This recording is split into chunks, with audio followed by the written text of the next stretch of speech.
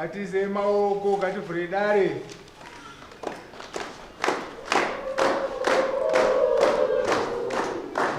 Swasefi. Maneru. Vamwe hanzi Grace Tsule. Haida kudhepwa natezva maparadzaya. Ndobva mukomana yamhanyiswa. Akatomhanyiswa nomumwe mupurisa waSabhuku. Vamwe abhuya mukomiti vakasvika. Ndobva atiza. Takazosungwa mupurisa wedu unosamuna aparadzaya waina mukomana uyu. Mukomana uyu haana kuuya, iyo ndovakaona. Vasvika takabvunza kuti tezo renyu vari vabva vati tezo rangu hauye pano kana tidatonga inyi. Vakati aiwa imamusikana Marabha mosva.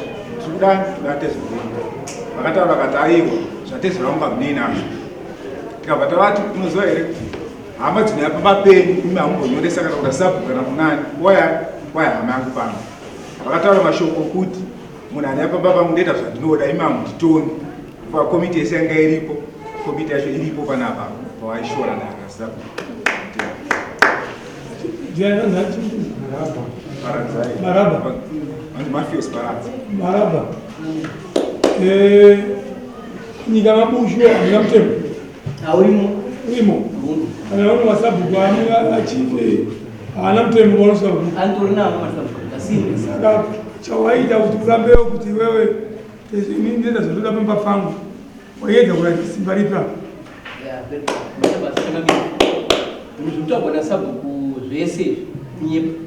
Asi kunyepa ndakudaro ini. Asi zvakaitika ndozvandada kuudza imani. Pakatangira mechi mwana wangu paakaita naune vanhu vekushango. Vanhu vevillage vakauya nawo kwandiri manje iwe nototoka zvokumushi. Indilamba ke. Ndakati zvonzi ore asi ndilamba ndikumubvunze. Vanhu vevillage vakauya nawo vanhu vakwandiri. Kanzi no toda kuti muyana newana. Ini ndo ndabvuma kuyana nisi pasipani shoko rakadzimba manje. Vachingoti tingotanga kugara rero kanzi no one of the committee. Kanzi pamusoro baba mumona kuti akazikudzira kuti munhu afe vachinongedzerei. Ini padari kudzwa nyaya baba Zamu takabva tatachana pamusoro. Andichanodika kutonga. Mauti ndinda kwanza kuti mwana wangu azosvika kuuraya munhu. Maita basa. Andichanodika kutonga. Imimi vanhu vandatadzira Anodaro angari Sabhuku here. Vangadaro. Anodaro angari Sabhuku here. Nganga kuti angari komiti. Saka ndiSabhuku here. Asa. Ini asisa mwakataura ataura kuno. Unoramba kutongera kuti ndira kutonga zvamatara. Ikomiti. Saka ndikubvunza iyi ndo komiti yangu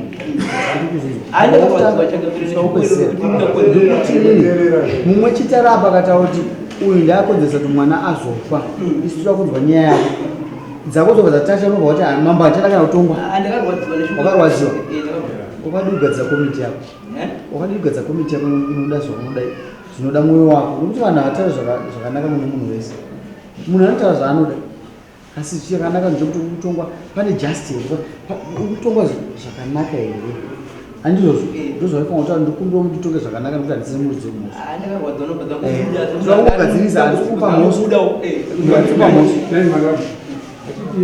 Media Street. Kutonga na Media Street wakiwa na chifara. Media Street wanobva kutora okupisa obva wanzobva kusunga wende ndoitwa unosumuka asi wakaramba kutongwa nawo ndakuramba kuti ano pamusoro ini zvotongwa ndichani kuita sei zvakasiyana nekusumuka aiwa hazvina kusiyana aisingataure nyaya ipo Ayo Marabha apa pane pausaniswa nyaya yataurwa naSabhuku watera ndaita zvanzi tsano wako akarepa kana kuti aida kurepa ndizvo nokuti zvakasvika munzveri dzako wewe zvishedzo ndiwo here mashedzerwa wakaitwa padare ramambo asi hauna kutaura kwaizvo tsano wako wada kurepa wakataurirwa nyaya yekunzi wakauraya munhu chete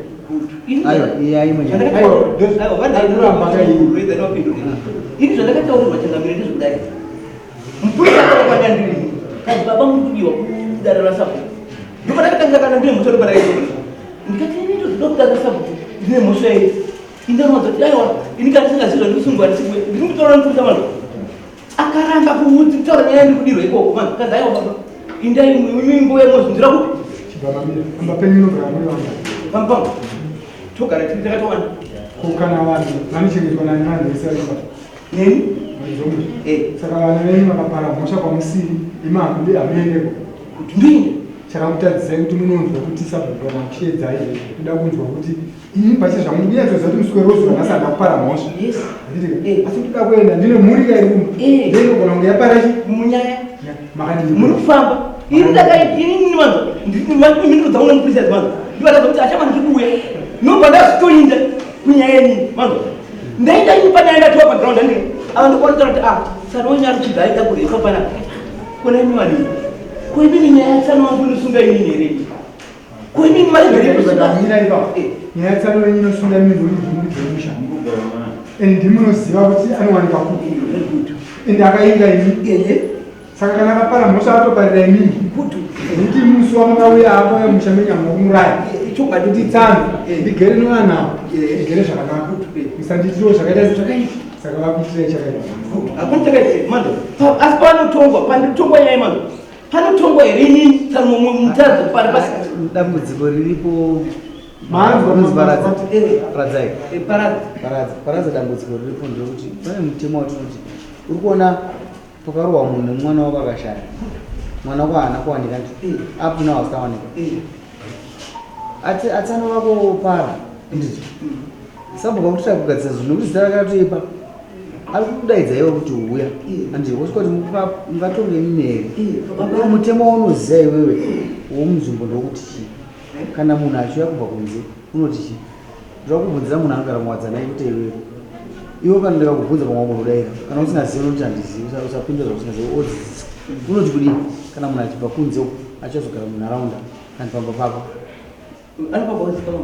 anozikana naye unofanwa kuita sei iwe ini ndopagwa kumwe ndichisa mune kuna Sabhuku woita sei Sabhuku woita sei utora chitupa chake handizvo wonyora ndii nekuabva nechi kuti kana mangwana apara mhosva kasi izvi waunga wakazviita here naSabhuku inini waunga wakazviita here semudzo womusha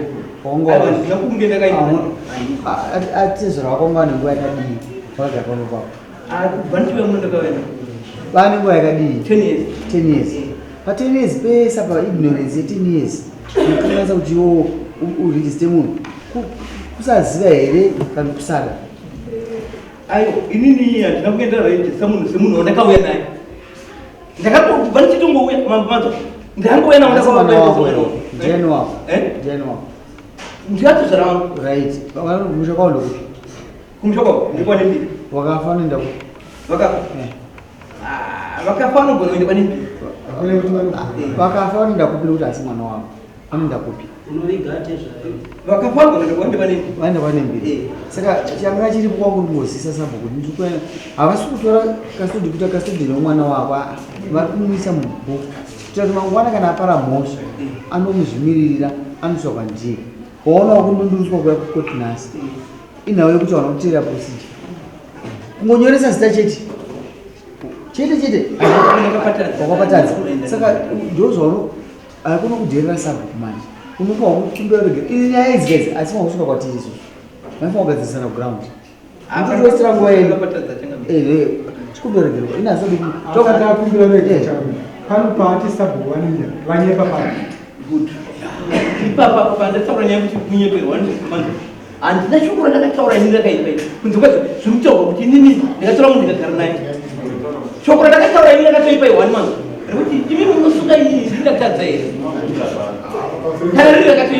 tupanana mukana muno unosundza roko. Alright, taurai ngurumo. Mukomana uyu takati wasati konzertizera wako tutonga inini iwe vakaita kutonga inini kwaisata nawo imunhu asi izvo zvakataura muri chimwana Sabhuku. Alright, asi izvo zvakataura unoona Marabha ndakamboripisa kumazuva apera ndikakuona kuti murombo kopedzisira nokuti vatadza kuita zvodaida kuti uiibhadhara munhu handisida kuti ndiendeko kuda kuti uwirirane neSabhuku.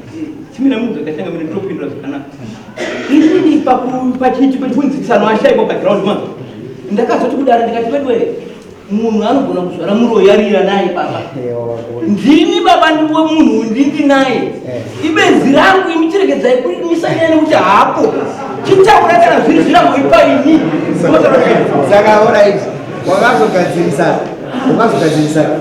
waziva kuti munhu ndiwangu ndokuti wakwasa muriza kwaSabhuku dai Sabhuku wangunangane munhu wako straight handizvozvo. Saka Sabhuku anogutsikana nematauriro wakaita wataura kuti yo aiwa wazoguma ingwani saka wazoti Sabhuku anonyepa futi davati Sabhuku wakatadza kunzwa ogadzirisa chikumbiro negero raSabhuku wako aiwa ndondiregerei ndakatimutadza semwana anga ane stress dzemukomana wadzakandakatadza ndiregerei waita havo unoziva kuti musi wakwanipinza bhisi unoziva muisire mbudzi yake wani aiwa ndekuti mwana ari munzvimbo anofanwa kurespekta mutungamiri handinozvo kana matadzirana nokuti Sabhuku yedu ini zviwa ndakatadza kuti penyu motaurirana nyaya dzisapota dzipinda madzimambo hatiri kuti nyaya idzi inyaya dzisina basa idzi hatipakuisa nguva tichitora nyaya dzakadai hatiri kudaro unotsvagira mbudzi tiri kuti next darero uri murombo ndazvinzwisa handitoda kutora ngoro nokuti ngoro takaitora kutanga yapasina ngoro basi yaunotenga ndoitora futi saka ndikuti musi wa 16 ipa Sabhuku $35 yake asi ini ndakuti kumbiro wangu mambo chati kumbiro ndano chakamira ini ndine dambudziko rekuti muno nini chandataura chese chinoipa chikonzero vanonditi muui ndandakukumbira hausi muui aiwa une 10 years inzwa munhu agara 2 months munhu agara 1 month as long as agara zviri right nzvimbo mangu atoo mwana wangu saka haramba ari muui ipapo anoda kuti pagadziriswa anadzura haungaroreranetaureka ngati anadzura hangagare rega vanoshaya kokurorera vanoshaya mazisawira saka hausi muui asiwo chiraramawo mutsika dzemunzvimbo mawapinda nokuti hausi muui wane makore mangani mumamusha 10 wamwana wedu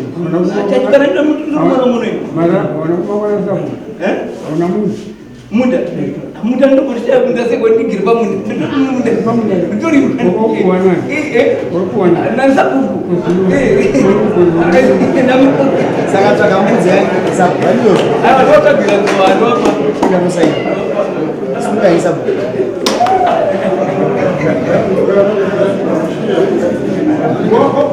chichera